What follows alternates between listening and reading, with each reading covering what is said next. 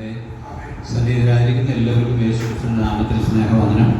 ഇത്രത്തോളം സമയം ദൈവത്തെ ആരാധിക്കാൻ ബോധ്യപ്പെടുത്തുവാൻ ദൈവമായ കർത്താവ് ഇടയാക്കിയത് ഓർത്ത് ദൈവത്തിന് സ്തോത്രം ചെയ്യുകയും ദൈവത്തെ സ്തുതിക്കുകയും ചെയ്യുകയാണ്.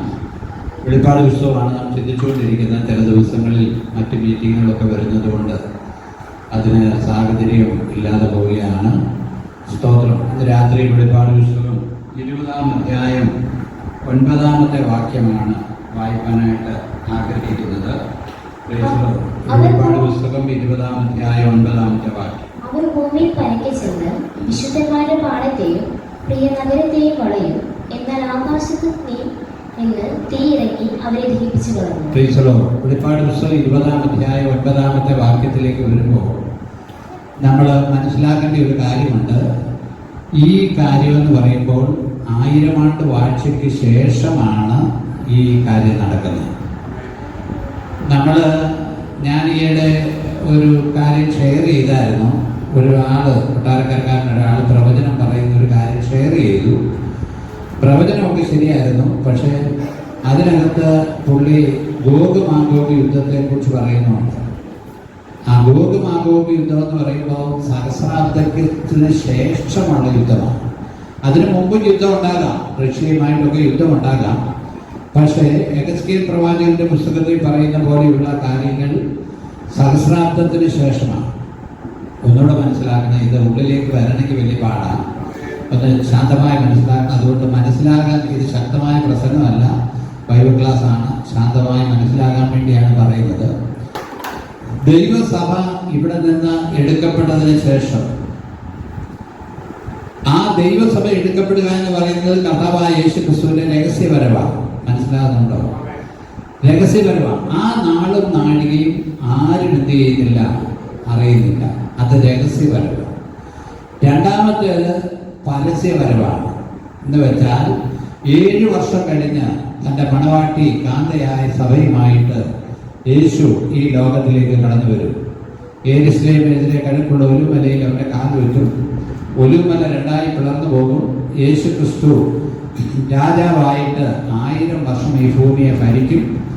ആ സമയത്ത് ഇസ്രായേൽ ഗോത്രത്തിനെ എല്ലാം ന്യായം വിധിപ്പാൻ തൻ്റെ ശിഷ്യന്മാർക്കൊക്കെ അവസരം കൊടുക്കും. അവര് ദൈവദൂത തുല്യമായിട്ടാണ്. ആ സമയത്ത് ദൈവമക്കളും ദൈവദൂത തുല്യമാണ്. മനസ്സിലാക്കണം. ആ സമയം കർത്താവിന്റെ 2ാമത്തെ വരവില് സഹസ്രാബ്ദ വാഴ്ചയിൽ ദൈവദൂത തുല്യമായ അനുഭവമാണ്. ഇവിടെ ആരും റബ്ബർ എസ്റ്റേറ്റ് മേടിക്കാനും അല്ലെങ്കിൽ കണ്ടം കൃഷി ചെയ്യാനോ മുന്തിരിത്തോട്ടം മേടിക്കാനോ ഒന്നുള്ള സമയമില്ല. അത് കഴിഞ്ഞു. ഇനി ആ ഒരു പരിപാടി നമുക്കില്ല, നമ്മളുമായിട്ടില്ല. പക്ഷെ ഭൂമിയിൽ മനുഷ്യനുണ്ട്. അത് മനസ്സിലാക്കണം. ഭൂമിയിൽ എന്തുണ്ട്? മനുഷ്യരുണ്ട്. അതാണ് മനസ്സിലാക്കേണ്ടത്. അങ്ങനെ യേശു 1000 വർഷം ഈ ഭൂമിയെ ഭരിച്ചതിന് ശേഷം അന്നേരം നമ്മൾ നേരത്തെ ചിന്തിച്ചു, പിശാചിനെ 1000 ആണ്ടേക്ക് ചങ്ങലക്ക് എന്ത് ചെയ്യുക? ഇട്ടിരിക്കുക. ജാതികളെ വഞ്ചിക്കാതിരിക്കാനാണ് അവനെ ചങ്ങലക്കിട്ടേക്കുന്നത്. അപ്പോൾ 1000 വർഷം ചങ്ങലക്കിട്ടതിന് ശേഷം അവനെ അഴിച്ചു വിടുമ്പോൾ ഉണ്ടാകുന്ന സംഭവമാണ് ഇത്. മനസ്സിലായോ? ഇപ്പൊ എന്തെങ്കിലും പിടികിട്ടിയോ? 1000 ആണ്ട് കഴിഞ്ഞതിന് ശേഷം അവനെ അഴിച്ചു വിടുമ്പോൾ യേശു ക്രിസ്തുവിനെതിരായിട്ട് അവൻ എന്ത് ചെയ്യും? യുദ്ധം ചെയ്യാൻ വരും. ഈ പിശാച് ഒന്നുകൂടെ വായിക്കും. അവൻ ഭൂമിയിൽ പരക്കെ ചെന്ന് വിശുദ്ധന്മാരെ ആക്രമിക്കാൻ എന്ത് ചെയ്യും? വളയും. ഇപ്പോഴും പ്രശ്നം എന്താ? അതിന്റെ ആരംഭം ഇപ്പൊ യെരൂശലേമും ഇസ്രായേലും അല്ലേ പ്രശ്നം? ലോകരാജ്യങ്ങളുടെ എല്ലാം പ്രശ്നം യെരൂശലേമിനെതിരെയുള്ള കാര്യങ്ങളാണ്. ഇവിടെ നമ്മുടെ ആളുകൾ പോലും അവർക്കെതിരാണ്. ഞാൻ പലപ്പോഴും പറയാറുള്ളത് പോലെ മനോരമ പത്രവും ഇതും ദേശാഭിമാനി എല്ലാം ഇസ്രായേലിനെതിരാണ്. അവരെ അവർക്ക് കാര്യം അറിയാം. അവരെഴുതാത്ത കാര്യം എന്നാന്ന് ചോദിച്ചാൽ ഇവിടെയുള്ള മുസ്ലിങ്ങളുടെ വോട്ട് നഷ്ടപ്പെട്ടു പോകുമെന്ന് പേടിച്ചിട്ട്, ലൈവ് പോകുന്ന എനിക്കറിയാം, അത് പേടിച്ചിട്ട് അവരാരും എഴുതുകയില്ല. ഈ യുദ്ധങ്ങളെ കൊണ്ടൊന്നും അങ്ങനെ എഴുതുന്നില്ല. കാരണം എന്നാന്ന് ചോദിച്ചാൽ അവരുടെ ചിന്ത ഈ വോട്ടിന് വേണ്ടിയുള്ളൊരു കാര്യമാണ്. ആരെതിർത്താലും യഹൂദനെ ഇപ്പോൾ ഒന്നും ചെയ്യാൻ പറ്റത്തില്ല. പക്ഷേ കർത്താവ് വന്നതിന് ശേഷം യഹൂദന്റെ പീഡ ആരംഭിക്കുക. അതാണ് മഹോപദ്രവകാലം. യേശു കർത്താവ് വന്നതിന് ശേഷം, ദൈവസഭ ഇവിടുന്ന് മാറ്റപ്പെട്ടതിന് ശേഷം യഹൂദന്റെ കഷ്ടകാലം ആരംഭിക്കുക. യഹൂദന്റെ കഷ്ടകാലം ആരംഭിക്കും. അന്ന് അവൻ പീഡിപ്പിക്കപ്പെടും. അങ്ങനെ 7 വർഷം കഴിയുമ്പോഴാണ് അവർ കുത്തിയവങ്കിലേക്ക് നോക്കി എന്ത് ചെയ്യുന്നത്, നിലവിളിക്കുന്നത്. ഇതിന്റെ ഹൃദയത്തിൽ പിള്ളേർ മുതൽ മനസ്സിലാക്കണം കേട്ടോ. കുത്തിയവങ്കിലേക്ക്, എവിടെ ഇരിക്കുന്ന കൊച്ചു പിള്ളേരും ഇതെല്ലാം മനസ്സിലാക്കണം. കുത്തിയവങ്കിലേക്ക് നോക്കി അവരെന്ത് ചെയ്യും, നിലവിളിക്കും. അപ്പോൾ കർത്താവ് തന്റെ മഹത്വ പ്രത്യക്ഷതയിൽ വരും. സകല ആളുകളും കാകെ ഹാനോക്ക് അതിനെക്കുറിച്ച് പറഞ്ഞിട്ടുണ്ട്. 1000 വിശുദ്ധന്മാരുമായിട്ട് അവൻ എന്ത് ചെയ്യും, മടങ്ങി. ആ 1000 വിശുദ്ധന്മാരെന്ന് പറയുന്ന ആ ഗണത്തിൽപ്പെട്ടത് നമ്മളാണ്. ഹല്ലേലൂയ. 1000 വിശുദ്ധന്മാരുമായിട്ട് വരും. അങ്ങനെയാണ് 1000 വർഷം ഭരിക്കുന്നത്. അതിനുശേഷമാണ് അവനെ അഴിച്ചുവിടുന്നത്. പിശാചിനെ അഴിച്ചുവിടും. അവൻ പോയി, നിങ്ങളൊന്ന് ആലോചിച്ച് നോക്കി, ഇത്രയും കാലം ദൈവത്തിങ്കിൽ നിന്ന് നന്മ അനുഭവിച്ച മനുഷ്യർ പോലും എന്ത് ചെയ്തേക്ക, അവനെതിരായി. ഈ മനുഷ്യനെന്ന് പറയുന്ന സാധനം നന്ദിയില്ലാത്തവരാണ്. അത് നമ്മൾ വളരെ കൃത്യമായി ഇത്രയും കാലം നന്മ അനുഭവിച്ചതല്ലേ, വല്ല കുറവുണ്ടോ? സ്തോത്രം. ഒരു കുറവുമില്ല, ഒന്നിനും ബുദ്ധിമുട്ടില്ല. എന്നിട്ട് പോലും ഈ മനുഷ്യര് കർത്താവിനെതിരെ വരും. അത്രയും കാലം നന്മ അനുഭവിച്ചിട്ട്. ഈ ഭരണപക്ഷവും പ്രതിപക്ഷവും എന്ന് പറയുന്നത് ചെറിയ കാര്യമല്ല കേട്ടോ. ആ ഒരു ഇത് തന്നെയാണ് ഇവിടെയും. എങ്ങനെയും കർത്താവിന്റെ രാജ്യത്തെ ഇല്ലായ്മ ചെയ്യണം, എങ്ങനെയും കർത്താവിന്റെ രാജ്യത്തെ ഇല്ലായ്മ ചെയ്യണം. അങ്ങനെ ഒരു വ്യാപാരം എവിടെ ഉണ്ടെന്നറിയാം, ഭൂമിയിലുണ്ട്. ഇനി നമ്മുടെ മനുഷ്യന്മാരുടെ നമ്മുടെ ഇടയിലും ഉണ്ട്, പെന്തക്കോസ്ത് കോളത്തിലും ഉണ്ട്. ഏതെങ്കിലും ഒരാൾ നന്നായി ചെയ്യുകയോ കാര്യം ചെയ്യുകയോ ചെയ്താൽ അവനെ ഇല്ലായ്മ ചെയ്തിട്ടേ അടങ്ങത്തുള്ളൂ. അവനെ ഇല്ലായ്മ ചെയ്ത് ഒതുക്കി കൂട്ടിയിട്ടേ അടങ്ങത്തുള്ളൂ. അങ്ങനെ ഒരു ഇല്ലായ്മ. എത്ര നല്ല പ്രാസംഗികന്മാരെ പാട്ടുകാരെ വിളിച്ചോണ്ട് വന്നാലും അവസാനം പറയും, ഓ ഒരു ഗുണമില്ല.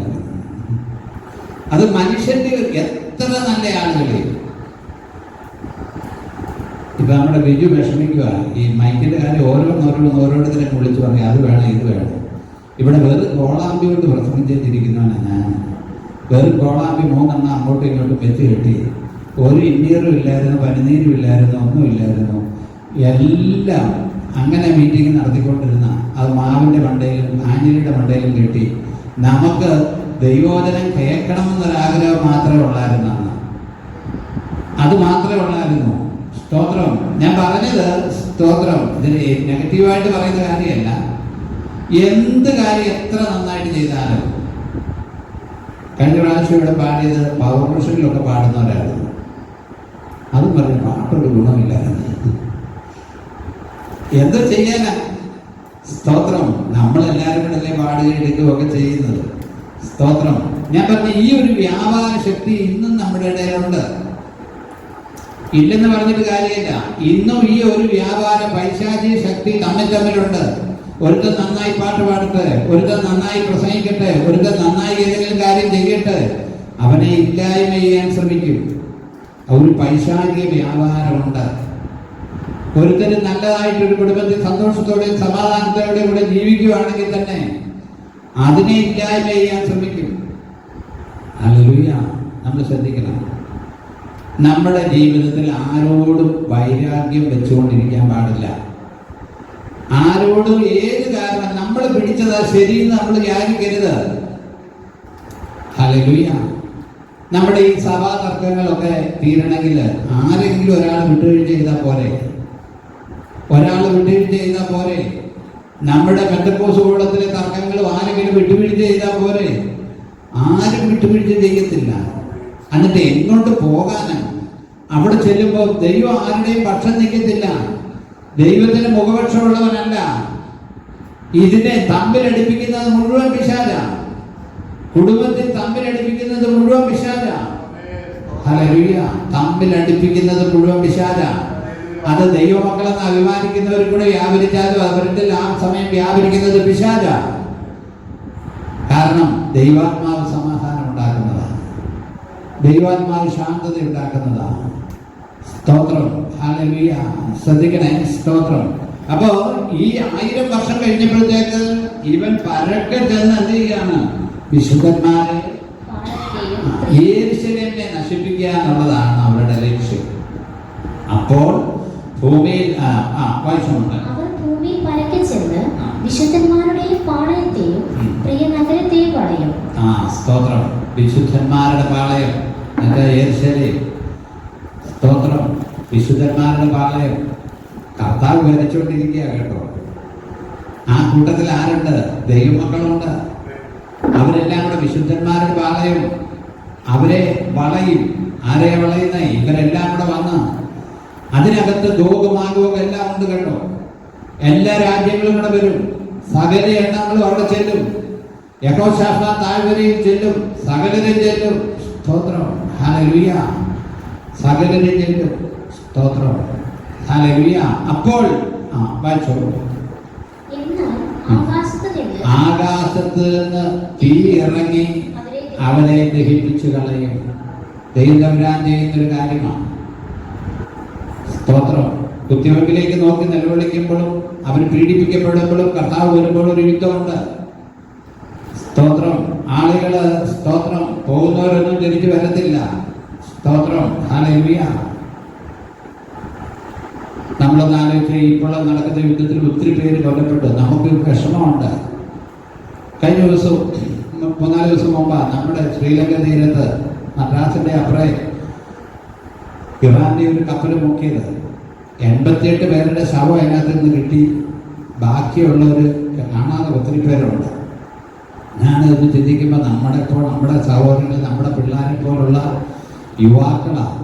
അവരാ മരിക്കുന്ന രംഗം നിങ്ങളൊന്ന് ചിന്തിച്ചു നോക്കിക്കേ. വെള്ളത്തിലോട്ട് നോക്കി ശ്വാസം പൊട്ടി മരിക്കുന്ന ആ രംഗം ഒന്ന് ആലോചിച്ച് നോക്കിക്കേ.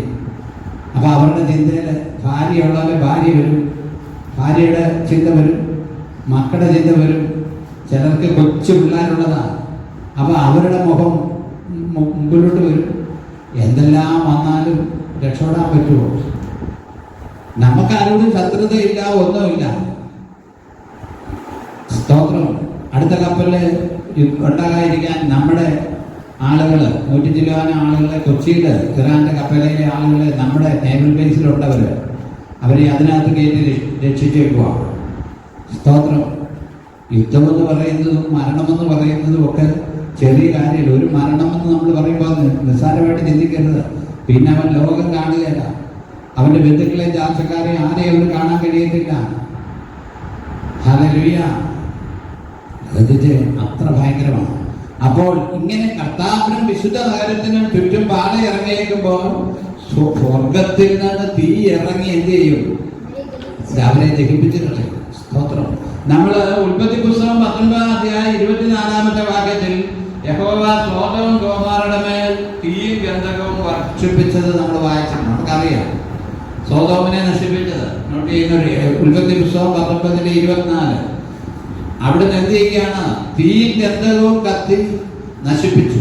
അവിടെയാണ് ഇന്നത്തെ ചാവുകട്. ആ തീ അതുപോലെ ഇറങ്ങിയത് കൊണ്ടാണ് അവിടെ താണു പോയത്. അതിനേക്കാൾ സമുദ്രനിരപ്പ് അതിന് മുകളിലില്ല കേട്ടോ. സമുദ്രനിരപ്പ് ഈ ചാവുകടലിനേക്കാൾ മുകളില. ചാവുകടലിൽ നിന്ന് ഒരിക്കലും വെള്ളം സമുദ്രത്തിലേക്ക് പോകത്തില്ല. വരുന്ന ഏത് തോട്ടിലേക്ക് യോർദാൻ ആറ്റിലെ എല്ലാ വെള്ളവും ഗലീല തടാകത്തിൽ നിന്നാണ് യോർദാൻ ആരംഭിക്കുന്നത്. അവിടുന്ന് വരുന്ന ഈ വെള്ളമെല്ലാം ചാവുകടലിലാകും. അവിടുന്ന് പുറത്തോട്ട് പോകത്തില്ല. അവിടെ ചാവുകടൽ ഉണ്ടായാലും ഇസ്രായേലിന്റെ അല്ലെങ്കിൽ അവിടെയുള്ളവരുടെ സമ്പത്തിന്റെ വലിയ കേന്ദ്രമാണത്. കെമിക്കല് അതുപോലുള്ള സൾഫറും ഗന്ധകവും എല്ലാം അതിനകത്തുള്ളത്. ഒത്തിരി കോടിക്കണക്കിന് രൂപയുടെ ഇതിനകത്തുണ്ട്. അതിപ്പോ ഖനനം ചെയ്ത് കടലിപ്പോ ചുരുങ്ങിക്കൊണ്ടിരിക്കുക. ചാവുകടലും ഇപ്പൊ എന്ത് ചെയ്തുകൊണ്ടിരിക്കുക?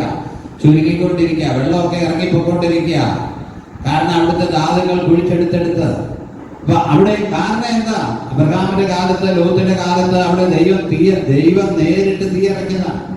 സ്തോത്രം. എസെക്കിയേൽ പ്രവാചകന്റെ പുസ്തകം 38-ാം അധ്യായം അതിന്റെ 22-ാമത്തെ വാക്യം വായിക്കാം. എസെക്കിയേൽ പ്രവാചകന്റെ പുസ്തകം 38-ാം അധ്യായം അതിന്റെ 22-ാമത്തെ വാക്യം. എസെക്കിയേൽ 38-ന്റെ 22.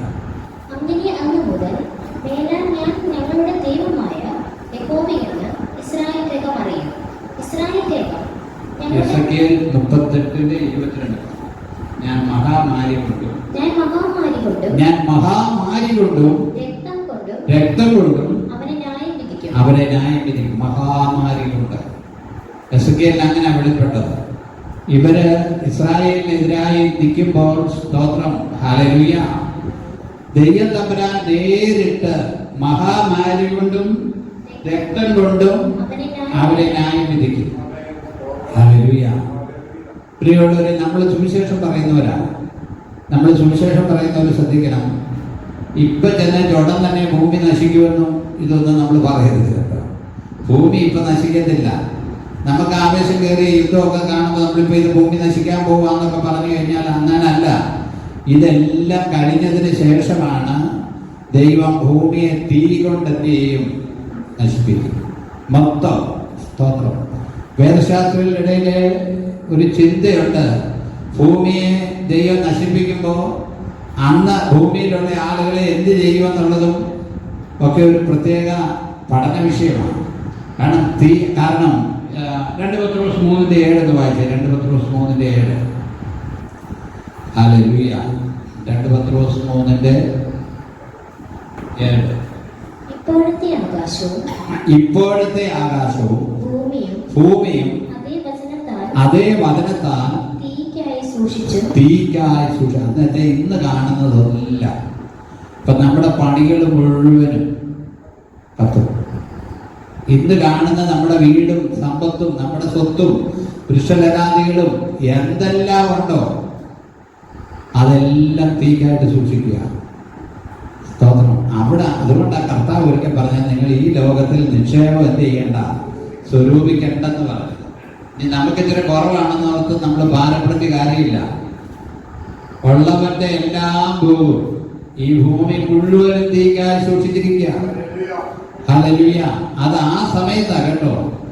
ഈ കർത്താവ് പുതിയ ആകാശവും പുതിയ ഭൂമിയും ഉണ്ടാക്കുന്നതിന് മുമ്പ് ഈ എതിർ ക്രിസ്തുവിന്റെ അല്ലെങ്കിൽ സാത്താന്റെ വഞ്ചനയുടെ മധ്യത്തിൽ കർത്താവ് തീ കൊണ്ട് ഇതിനെ എന്ത് ചെയ്യും? നശിപ്പിക്കും. ആ സമയം ആ ജനത്തിൽ നമുക്ക് ആർക്കും അതിനെക്കുറിച്ച് വ്യക്തമായ ഒരു കാര്യം പറയാനില്ല. ദൈവത്തിന്റെ ജ്ഞാനമാണ്, ദൈവത്തിന്റെ അറിവാണ്. ദൈവത്തിനെ നശിപ്പിക്കുന്ന കൂട്ടത്തിൽ തന്നെ വേണേ ഈ മനുഷ്യരെ എല്ലാം വേറൊരു ഗ്രഹത്തിലേക്ക് മാറ്റാം, അല്ലെങ്കിൽ വേറൊരു അവസ്ഥയിലേക്ക് മാറ്റാം. ദൈവത്തിന് അസാധ്യമായിട്ട് ഒരു കാര്യവുമില്ല. നമ്മൾ ചിന്തിക്കണം കേട്ടോ. എല്ലാവരും മാറ്റി എന്നിട്ട് പുതിയ ആകാശവും പുതിയ ഭൂമിയും വരും. അവിടെ മനുഷ്യവാർപ്പുണ്ട്. അത് നമ്മൾ താഴോട്ട് ചിന്തിക്കുമ്പോൾ നമുക്ക് മനസ്സിലാവും. അവിടെ മനുഷ്യവാർപ്പുണ്ട്. പുതിയ യെരൂശലേമിലെ ദൈവമക്കളുണ്ട്. സ്തോത്രം. ഹല്ലേലൂയ. അതിന് ശേഷവും കാലമുണ്ടെന്നാണ് പറയുന്നത്. സ്തോത്രം. ഈ പുതിയ ആകാശവും പുതിയ ഭൂമിയും പുതിയ യെരൂശലേമിലുള്ള വാസത്തിനും അതിലുണ്ടെന്നാണ് പറയുന്നത്. കോടാനുകോടി വർഷങ്ങൾ. കാരണം നമ്മള് കൊരിന്ത്യർ ലേഖനത്തിൽ വാക്യം വായിക്കുന്നുണ്ട്. ഹല്ലേലൂയ. ഒടുക്കിൽ ദൈവം യേശുക്രിസ്തു രാജ്യം പിതാവായ ദൈവത്തെ ഏൽപ്പിക്കും. 15-ാം അധ്യായത്തിലെ ഒരു ഭാഗം 1 കൊരിന്ത്യർ 15 ഉണ്ട്. രാജ്യം പിതാവായ ദൈവത്തെ ഏൽപ്പിക്കും. എന്നിട്ട് അവൻ ദൈവത്തിന് എന്ത് ചെയ്യും? കീഴ്പ്പെട്ടിരിക്കുവാണ്. 1 കൊരിന്ത്യർ 15 പകുതി ഭാഗം കഴിയുമ്പോൾ രാജ്യം പിതാവായ ദൈവത്തെ ഏൽപ്പിക്കും. സ്തോത്രം. ആ വാക്യം ഒന്ന് അടിവരയിട്ട് സൂക്ഷിക്കണം കേട്ടോ. ഹല്ലേലൂയ. സംശയമുണ്ടോ? 1 കൊരിന്ത്യർ 15-ാം അധ്യായം 24 ഒന്ന് വായിച്ചേ.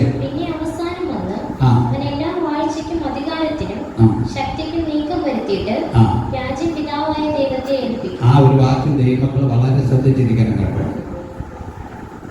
ഒത്തിരി മർമ്മപ്രധാന വാക്യമായി. എല്ലാം കഴിഞ്ഞിട്ട്, ഈ കാലങ്ങളെല്ലാം ഈ പരിപാടി എല്ലാം കഴിഞ്ഞിട്ട്, എല്ലാ വാഴ്ച അധികാരത്തെ എല്ലാം ആക്കിയിട്ട് ആദിയിൽ കർത്താവും പിതാവും പുത്രനും പരിശുദ്ധാത്മാവായിരുന്നത് പോലെ ഒന്നായിരുന്നത് പോലെ.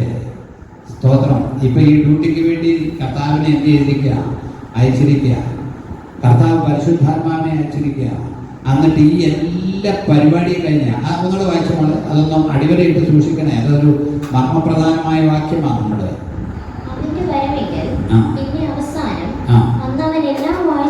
എല്ലാ വാഴ്ചയ്ക്കും അധികാരത്തിനും ശക്തിക്കും നീക്കം വരുത്തിയിട്ട് രാജ്യം പിതാവായ രാജ്യം ഇതെല്ലാം പിതാവായ ദൈവത്തെ എന്ത് ചെയ്യും? ഏൽപ്പിക്കും. അവൻ സകല ശത്രുക്കളെയും കാൽക്കീഴാക്കുവോളം വാഴേണ്ടതാകുന്നു. ഒടുക്കത്തെ ശത്രുവായിട്ടും മരണം നീങ്ങിപ്പോകും. സകലത്തെയും അവന്റെ കാൽക്കീഴാക്കിയിരിക്കുന്നു എന്നുണ്ടല്ലോ. സകലവും അവന് കീഴ്പ്പെട്ടിരിക്കുന്നു എന്ന് പറഞ്ഞാൽ സകലത്തെയും കീഴാക്കിക്കൊണ്ടത് ഇത്രയെന്ന് സ്പഷ്ടം. എന്നാൽ അവന് സകലവും കീഴ്പ്പെട്ടു വന്ന ശേഷം ദൈവസകലത്തിലും സകലവും ആക്കേണ്ടതിന് ദൈവം സകലത്തിനും സകലതുമാകേണ്ടതിനാണ്. സ്തോത്രം. ഇതാണ് യഹോവാസാക്ഷികളുടെ ഒരു വാദത്തിന്റെ പ്രശ്നം. അതാണ് സകലത്തിനും സകലവുമാകേണ്ടതിന് പുത്രൻ താനും സകലവും തനിക്ക് കീഴാക്കി കൊടുത്തവന് കീഴ്പ്പെട്ടിരിക്കും. സ്തോത്രം. എന്ന് വെച്ചാൽ ആദ്യ നമ്മുടെ ഭാഷ പഠിച്ചാൽ ആദ്യ സൃഷ്ടിക്ക് മുമ്പുണ്ടായിരുന്ന എങ്ങനെയാണോ അങ്ങനെ. സ്തോത്രം. അതിൽ ഇതൊക്കെ ഒരു മർമ്മമാട്ടോ. അതിനെക്കുറിച്ചൊക്കെ രാത്രി കിടക്കുമ്പോൾ ഒന്ന് ചിന്തിച്ചു കിടക്കും. അതെന്നാന്ന് ചോദിച്ചാൽ ഇത് ഈ വെളിപ്പാട് എല്ലാവർക്കും ഒന്നും കിട്ടിയിട്ടില്ല. നമുക്കും മനസ്സിലായിട്ടില്ല, ദൈവദാസന്മാർക്കും മനസ്സിലായിട്ടില്ല. നിങ്ങൾ ചിന്തിക്കണം, പൗലോസ്ലീഹായ്ക്ക് പോലും പല കാര്യവും പൗലോസ്ലീഹ ചിന്തിച്ചത് ആ സമയത്ത് തന്നെ കർത്താവ് വരുമെന്നാണ് പൗലോസ്ലീഹ ചിന്തിച്ചത്. അതുകൊണ്ടാണ് ഇനി നിങ്ങളുടെ പിള്ളേരെ ആരെയും കല്യാണം കഴിപ്പിക്കേണ്ടെന്ന് പറഞ്ഞത്. അങ്ങനെ പറഞ്ഞു. എന്തോ ഒരു സംശയം പോലെ അല്ലെ? ഒന്നുപോരുത്തർ 7-ാം അധ്യായം എന്നെടുത്തേ. ധൃതിയില്ലല്ലോ. ഹല്ലേലൂയ. ഒന്നുപോരുത്തർ 7-ാം അധ്യായം. ഒന്ന് മുതൽ വായിച്ചാൽ നിങ്ങൾ എഴുതി അയച്ച സംഗതികളെ കുറിച്ച് എന്റെ അഭിപ്രായം എന്തെന്നാൽ സ്ത്രീയെ തൊടാതിരുന്നത് പുരുഷൻ നല്ലത്. അങ്ങനെ ഉണ്ടായിരുന്നേ നമ്മളെല്ലാം ഉണ്ടാവുമായിരുന്നു. നിങ്ങൾ എഴുതിയെടുത്ത സംഗതി ചില സംശയമൊക്കെ ചോദിച്ചപ്പോഴത്തേക്ക് പൗലോസ് പറയുകയാണ്, സ്ത്രീയെ തൊടാതിരിക്കുന്നത് പുരുഷന് നല്ലത്. അത് പിന്നെ വായിക്കാം. 7-1. എങ്കിലും ദുർനടപ്പ് നിമിത്തം ഓരോരുത്തരും സ്വന്തം ഭാര്യയെയും ദുർനടപ്പ് നിമിത്തം ഓരോരുത്തന് സ്വന്തം ഭാര്യയും ഓരോരുത്തർക്ക് സ്വന്തം ഭർത്താവാണ്. ആ ഭാഗം ഞാൻ അങ്ങ് വിടുക. സ്തോത്രം. ഹല്ലേലൂയ. എന്നിട്ട് താഴോട്ട് പറയുകയാണ്. സ്തോത്രം. ഹല്ലേലൂയ. 25 മുതലുള്ള കാര്യം വായിച്ചു. 25 മുതൽ. കന്യകമാരെ കുറിച്ച് എനിക്ക് കർത്താവിന്റെ കൽപ്പനയില്ല. കണ്ടോ? നിങ്ങൾ ശ്രദ്ധിക്കണേ. ഇത്രയും വെളിപ്പാടുള്ള, ആ ഭാഗം കൂടെ പറഞ്ഞു നിർത്താനേ സമയമുള്ളൂ. ഇത്രയും വെളിപ്പാടുള്ള പൗലോസ് പറയുകയാണ്. എന്നിട്ടാണ് നമ്മുടെ ചില ആളുകളുടെ വെളിപ്പാട് ഞാനോ ഇതെന്നും പറഞ്ഞുകൊണ്ട് നടക്കുന്നത്. ഈ വേദപുസ്തകത്തിൽ 14 ലേഖനങ്ങളോളം പൗലോസ് എഴുതിയതാണ്. പൗലോസ് പറയാണ്, കർത്താവ് ആ കാര്യത്തെക്കുറിച്ച് എന്നോട് എന്ത് ചെയ്തിട്ടില്ല, പറഞ്ഞിട്ടില്ല. കന്യകമാരെ കുറിച്ച് എനിക്ക് കർത്താവിന്റെ കൽപ്പന ഇല്ലെങ്കിലും എങ്കിലും വിശ്വസ്തൻ ആകുവാൻ എന്തവണ്ണം കർത്താവിന്റെ കരുണ ലഭിച്ചവനായി ഞാൻ അഭിപ്രായം പറയുന്നു. ഇപ്പോഴത്തെ കഷ്ടത നിമിത്തം ഞാൻ പറഞ്ഞതുപോലെ മനുഷ്യൻ അങ്ങനെ തന്നെ ഇരിക്കുന്നതും അവന് നന്ന് എന്ന് എനിക്ക് തോന്നുന്നു. പൗലോസ് പറയാ, മനുഷ്യൻ അങ്ങനെ തന്നെ ഇരിക്കുന്നത് നന്നെന്ന് എനിക്ക് തോന്നുന്നു. ഈ വാക്ക് എടുത്തോണ്ടാണ് ചില ആളുകൾ കല്യാണം കഴിക്കാത്തത്. അപ്പൊ നന്നെന്ന് തോന്നുന്നു. അടുത്തത്, നീ ഭാര്യയോട് ബന്ധിക്കപ്പെട്ടിരിക്കുന്നുവോ? വേർപാട് അന്വേഷിക്കരുത്. നീ ഭാര്യയോട് ബന്ധിക്കപ്പെട്ടിരിക്കുന്നോ? വേർപാട് എന്ത് ചെയ്യരുത്? അന്വേഷിക്കരുത്. ഭാര്യയോട് ബന്ധിക്കപ്പെട്ട് കഴിഞ്ഞാൽ പിന്നെ വേർപാട് അന്വേഷിക്കരുത്. വേർപാട് എന്ന് പറയുന്നത് നമ്മുടെ ഇഷ്ടത്തിന് വേണ്ടി ഉപേക്ഷിക്കാനും പിടിക്കാനും ഒക്കെ പറഞ്ഞാൽ അതൊന്നും ദൈവീകമല്ല. ഭാര്യയോട് ബന്ധപ്പെട്ട് ഒരുത്തൻ വേർപാട് അന്വേഷിക്കരുത്. ഹല്ലേലൂയ. ഈയിടെ നമ്മൾ ഫേസ്ബുക്കിൽ നമ്മുടെ ഒരു പ്രിയപ്പെട്ടവരുടെ ഇത് കണ്ടായിരുന്നു. ഭാര്യ, സുവിശേഷ വേലക്കാരന്റെ ഭാര്യ മറ്റൊരുത്തരുടെ കൂടെ പോയി. അവരുടെ ദുഃഖം ഒക്കെ അദ്ദേഹം ഇട്ടിരിക്കുന്ന ഞാൻ കണ്ടു, വായിച്ചു. എന്താ ചെയ്യുന്നത്? ഇവരെല്ലാം ദൈവം ന്യായം തിരിച്ചിരിക്കും. ഹല്ലേലൂയ. നീ എന്ത് ചെയ്യരുത്? അതിന് നമ്മൾ കൂട്ടുപോലും നിൽക്കരുത്. നമ്മൾ അങ്ങനെയുള്ള ഒരു കാര്യത്തിന് ഒരു ആമീനോ പറഞ്ഞു കഴിഞ്ഞാൽ അതിന്റെ ആ പാപം നമ്മുടെ മേൽ വരും. നമ്മൾ ശ്രദ്ധിക്കണം. വായിച്ചോ, താഴോട്ട് വായിച്ചോ. നീ ഭാര്യ ഇല്ലാത്തവനാണെങ്കിൽ ഭാര്യ അന്വേഷിക്കേണ്ടത് എന്ന് വെച്ചാൽ പൗലോസിന്റെ ചിന്ത, നീ വിവാഹം ചെയ്താലും ദോഷമില്ല, കന്യകയും വിവാഹം ചെയ്താൽ ദോഷമില്ല. എങ്കിലും ഇങ്ങനെയുള്ളവർക്ക് ജഡത്തിൽ കഷ്ടതയുണ്ടാകും. കന്യകയെ വിവാഹം ചെയ്താലും ദോഷമില്ല. ഇങ്ങനെയുള്ളവർക്ക് ജഡത്തിൽ എന്തുണ്ടാകും? കഷ്ടതയുണ്ടാകും. അത് നിങ്ങൾക്ക് വരുത്തരുതെന്ന് എന്റെ ആഗ്രഹം. അത് നിങ്ങൾക്ക് വരുത്തരുതെന്നാണ് എന്റെ ആഗ്രഹം. അത് പുള്ളി ആദ്യം പറഞ്ഞു, എനിക്കിതിനകത്ത് കർത്താവിന്റെ കൽപ്പന ഇല്ല. പുള്ളിയുടെ അഭിപ്രായമാണ് പറയുന്നത്. കർത്താവിന്റെ കൽപ്പനയില്ല, പുള്ളിയുടെ അഭിപ്രായം പറയുക. അടുത്ത താഴ്ത്തു വായിച്ചുണ്ട്. എന്നാൽ സഹോദരന്മാരെ, ഇതൊന്നും ഞാൻ പറയുന്നു, കാലം ചുരുങ്ങിയിരിക്കുന്നു. ഇനി ഭാര്യമാരുള്ളവർ ഇല്ലാത്തവരെ പോലെയും. അതാണ് പൗലോസിനുണ്ടായ വെളിപ്പാട്. പൗലോസിന് ഫുൾ വെളിപ്പാട് കിട്ടിയില്ലെന്ന് ഞാൻ പറഞ്ഞതിന്റെ കാര്യം എന്താണെന്നറിയാമോ? പൗലോസ് വിചാരിച്ചുകൊണ്ടിരുന്നത് പുള്ളിയുടെ കാലത്തിൽ തന്നെ കർത്താവ് എന്ത് ചെയ്യും? വരും.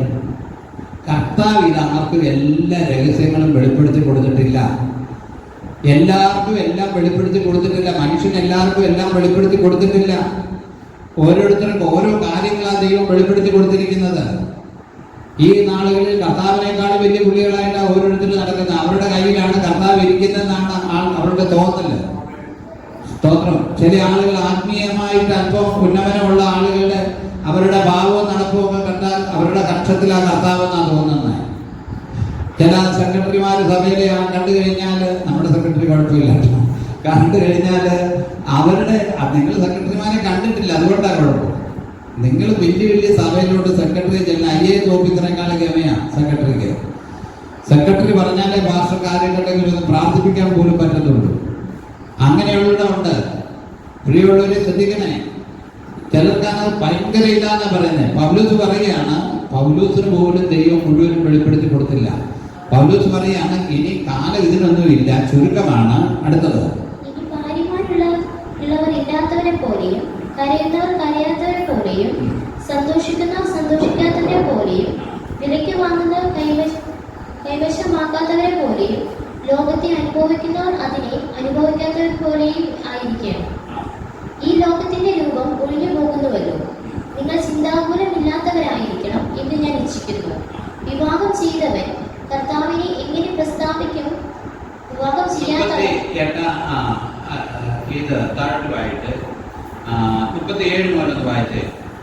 എങ്കിലും നിർബന്ധമില്ലാതെ തന്റെ ഇഷ്ടം നടത്തുവാൻ അധികാരമുള്ളവരും ഹൃദയത്തിൽ സ്ഥിരതയുള്ളവരുമായ ഒരുത്തൻ തന്റെ കന്യകയെ സൂക്ഷിച്ചു കൊള്ളുവാൻ സ്വന്തം ഹൃദയത്തിൽ നിർണയിച്ചുവെങ്കിൽ അവൻ ചെയ്യുന്നത് നന്ന്. അങ്ങനെ ഒരുത്തൻ തന്റെ കന്യകയെ വിവാഹം കഴിക്കുന്നത് നന്ന്. വിവാഹം കഴിപ്പിക്കാതിരിക്കുന്നത് ഏറെ നന്ന്. കണ്ടോ, പൗലോസ് പറയാണ് വിവാഹം കഴിപ്പിക്കാതിരുന്നത് ഏറെ നന്ന്. അപ്പൊ പൗലോസ് പറയുന്ന വാക്കിയല്ലേ നമ്മൾ എടുക്കേണ്ടത്. സ്തോത്രം. ഏറെ നന്ന്. അടുത്തതായിട്ട് വായിച്ചു. ഭർത്താവ് ജീവിച്ചിരിക്കുന്ന കാലത്തോളം സ്ത്രീ ബന്ധിക്കപ്പെട്ടിരിക്കുന്നു. ഭർത്താവ് അടിവരയിട്ട് സൂക്ഷിക്കണം കേട്ടോ. വേദപുസ്തകം ആരുടെ സൗകര്യത്തിന് വേണ്ടി വ്യാഖ്യാനിക്കാനുള്ളതല്ല. ഭർത്താവ് ജീവിച്ചിരിക്കുന്നിടത്തോളം കാലം ഭാര്യയുമായിട്ട് എന്ത് ചെയ്തിരിക്കുക? ബന്ധിക്കപ്പെട്ടിരിക്കുന്നു. സ്തോത്രം. ഹല്ലേലൂയ. ഭർത്താവ് ജീവിച്ചിരിക്കുന്നിടത്തോളം കാലം. അപ്പൊ ഭർത്താവ് ജീവിച്ചിരിക്കുമ്പോൾ ഒരു സ്ത്രീക്ക് ഭാര്യയെ ഉപേക്ഷിക്കാൻ പാടില്ല. ഇനി അങ്ങനെല്ലോ ഉണ്ടായാൽ അതുപോലെ ജീവിക്കണം. അത് പാടില്ല, അത് പാപമാണ്. ദൈവം വളരെ വ്യക്തമായി പറയും, ആദിയിൽ ദൈവം വരെ ആണും പെണ്ണുമായി എന്താണ് സൃഷ്ടിച്ചത്. അതുകൊണ്ട് വേർപിരിക്കാൻ പാടില്ല എന്നുള്ളതാണ്. സ്തോത്രം. ഹല്ലേലൂയ. ഇനി അടുത്ത കാര്യം, ഭർത്താവ് മരിച്ചുപോയാൽ ഈ ഒരു കാര്യം ശരിയാ.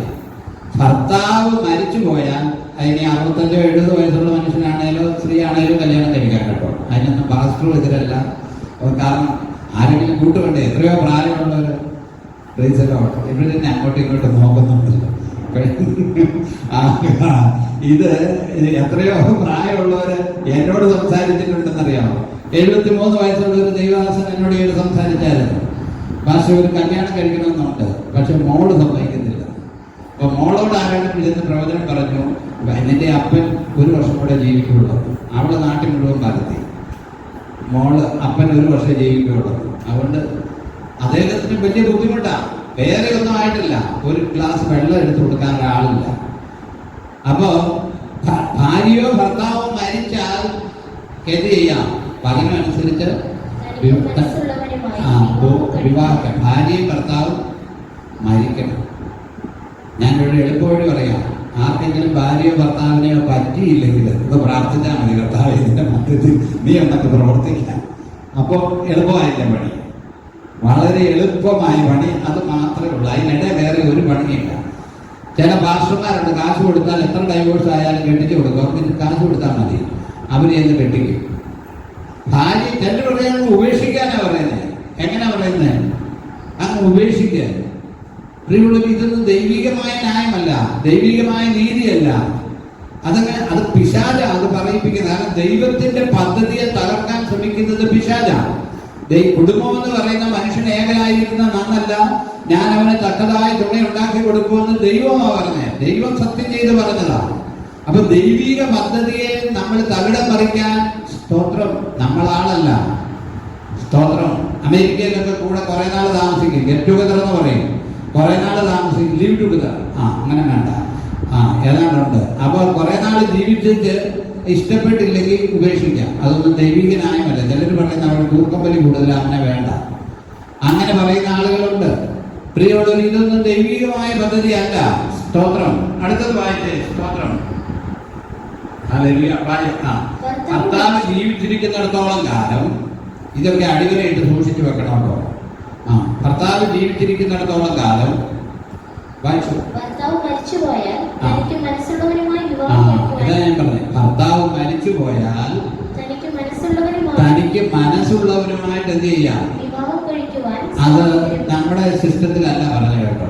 നമ്മളാണെ കാരണന്മാരും അമ്മമാരും എല്ലാം കൂടെ ആലോചിച്ചിട്ട് പിന്നെ കല്യാണം ആലോചിക്കും. ഇവിടെ തനിക്ക് ബോധിച്ച മനസ്സുള്ളവരുമായിട്ട് എന്ത് ചെയ്യാം? വിവാഹം കഴിക്കാം. കർത്താവിൽ, അത് ആരുമായിട്ടായിരിക്കണം? ഒരു ദൈവവൈദ്യൻ അങ്ങനെ ആയാൽ കർത്താവിൽ വിശ്വസിക്കുന്നവരുമായിട്ട് മാത്രമേ എന്ത് ചെയ്യാൻ പാടുള്ളൂ. സ്തോത്രം. ഹല്ലേലൂയ. കഴിഞ്ഞോ? കർത്താവിൽ വിശ്വസിക്കുന്നവരുമായി മാത്രമേ ആകാവൂ.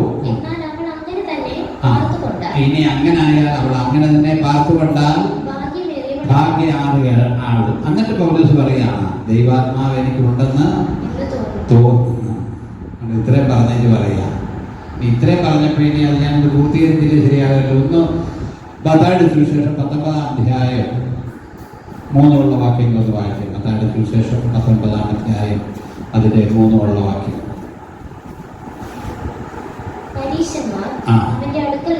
വളരെ ശ്രദ്ധിക്കണം, ഇതൊക്കെ അടിവരയിട്ട് സൂക്ഷിക്കുന്ന വാക്യങ്ങളാണ്. പരീശന്മാർ അവന്റെ അടുക്കൽ വന്ന് ഏത് കാരണം ചൊല്ലിയും ഭാര്യയെ ഉപേക്ഷിക്കുന്നത് വിഹിതമോ എന്ന് കർത്താവിനെ പരീക്ഷിച്ച് ചോദിച്ചു.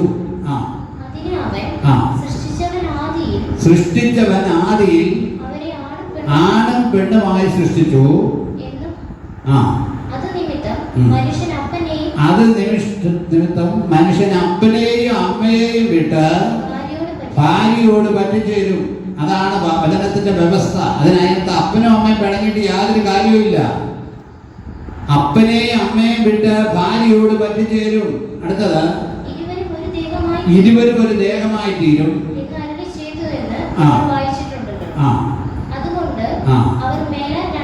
ആരാ പറഞ്ഞേ? യേശു കർത്താവ്. അതുകൊണ്ട് അവർ മേലാൻ രണ്ടല്ല, ഒരു ദേഹമത്രേ. കർത്താവ് എടുത്തു പറയാ, ആകയാൽ ദൈവം യോജിപ്പിച്ചതിനെ മനുഷ്യൻ വേർതിരിക്കരുത്. ദൈവം യോജിപ്പിച്ചതിനെ എന്ത് ചെയ്യരുത്? മനുഷ്യനെ ഇടയ്ക്ക് നിന്ന് വേർതിരിക്കുന്നത്. നമ്മളൊക്കെ കല്യാണം നടത്തുമ്പോൾ ഞങ്ങളൊക്കെ പറയാറുള്ളൊരു കാര്യമുണ്ട്. ഇത് വായിച്ചാച്ച് പരപ്രേരണയാലോ സ്വയപ്രേരണയാലോ ഇന്ന് പകൽക്കാലം നിങ്ങൾ ചെയ്തിട്ടുള്ള ഈ ഉടമ്പടിയിൽ നിന്ന് ഒരു കാരണവശാലും നിങ്ങൾക്ക് വേർതിരിക്കാൻ പാടില്ലാത്തതാകുന്നു. എടുത്തു പറയും, മരണം നിങ്ങളെ തന്നെ വേർതിരിക്കുന്നത് വരെ പിരിയാൻ പാടില്ല. ഒരിക്കൽ മരണം വേർതിരിക്കും, അപ്പോഴാകാം. അടുത്തോടെ വായിച്ച് അവസാനിപ്പിക്കാൻ. ആകയാൽ ദൈവം യോജിപ്പിച്ചതിനെ മനുഷ്യൻ വേർതിരിക്കരുത്. എന്നാൽ ഉപേക്ഷണപത്രം കൊടുത്ത് മോശ കൽപ്പിച്ചത് എന്താണെന്ന്